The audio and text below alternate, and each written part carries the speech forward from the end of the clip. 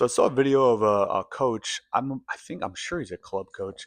He was talking about club soccer and how he was actually walking around a field, and I guess there's lots of games going on. And one thing he noticed, and he thinks is an issue within U.S. soccer, is that there's like 7 kids sitting on the bench, and he says a lot of these kids might only get 10 minutes of playing time. He's like, why not have 3 kids on the bench? Pretty much the argument is these kids are not getting enough touches.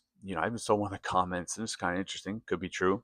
He said some parents, this is what the person who commented said, some parents want their kid on an A team, right, and not play, just so they can say they're on the A team, then be on a B team and play.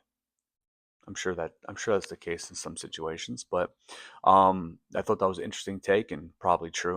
But going back to what the coach said about players sitting and really not, how can they, I think he brought up how can they really test what they've been coached up and developed to do, right? Test their development if they're not playing in games. It's a great point. If you only get 10 minutes a game, that's not good. And I think club coaches, if you have a team, let's see, say you have 11 on the field, 7 on the bench, 18 kids, I know it can't be about winning. And what I mean by that is you got to rotate these kids in. You have to put them in the fire. You have to test them, and then you got to coach them up, right? Kids struggle, they struggle. That's part of the game, right? It's a part of life, right? You got to teach them to persevere and to build off of it and to learn from it.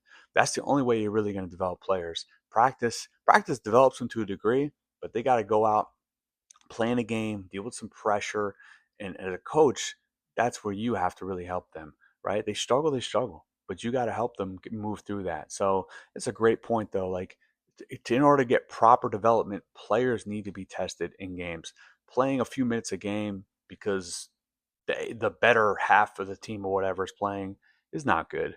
They all need to be tested. They all need to be have some ups and downs. Yeah, maybe there's certain players you don't want to play because they're going to have a hard time. They have to learn from that. They have to learn to push through it and get better. So that's my thought on that. Please feel free to comment and give me your thoughts as well.